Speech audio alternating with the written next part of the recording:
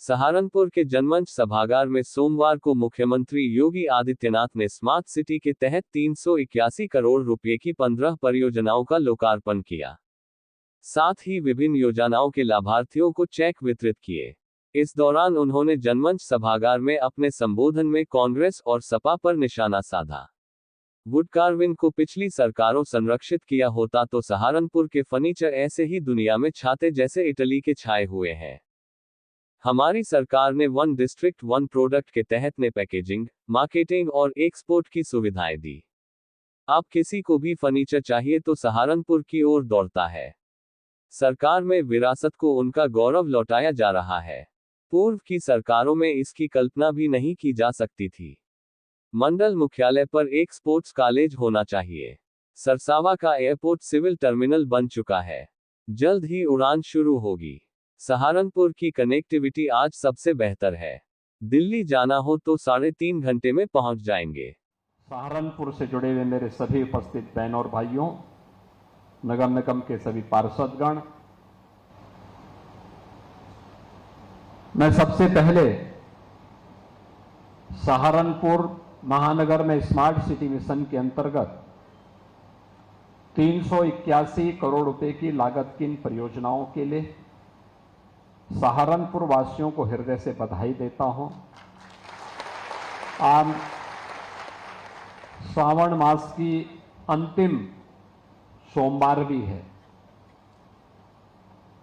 मैं प्रातःकाल से ही देख रहा हूं कि शिवालयों में बड़ी संख्या में देवादिदेव महादेव को जलाभिषेक करने के लिए श्रद्धालुजन उमड़े हुए हैं और उन स्थितियों में मुझे सहारनपुर में आकर के आज इन परियोजनाओं को देखने, इन परियोजनाओं का लोकार्पण करने का अवसर प्राप्त हुआ है। मैं इसके लिए सहारनपुर के सभी माननीय जनप्रतिनिधियों को, खासतौर पर महापौर जी और उनकी पूरी टीम को हृदय से धन्यवाद देता हूं। बहनों और भाइयों, जब सहारनपुर की हम बात करते हैं तो प्रदेश का सबसे कोने का जनपद पड़ता है और कोने का जनपद होने के नाते पिछली सरकारों में उपेक्षित पड़ा हुआ था। विकास यहां तक पहुंच ही नहीं पाता था। परिणाम था यहां से पलायन होने लग गया था।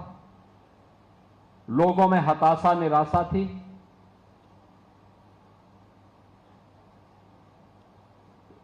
असमंजस की सी स्थिति थी।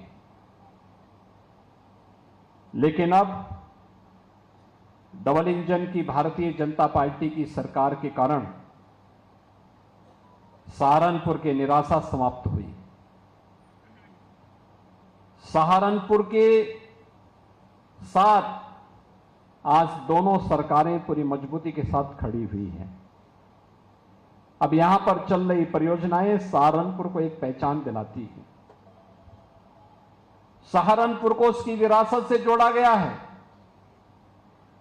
मां शाकंभरी का पावन धाम होने के साथ ही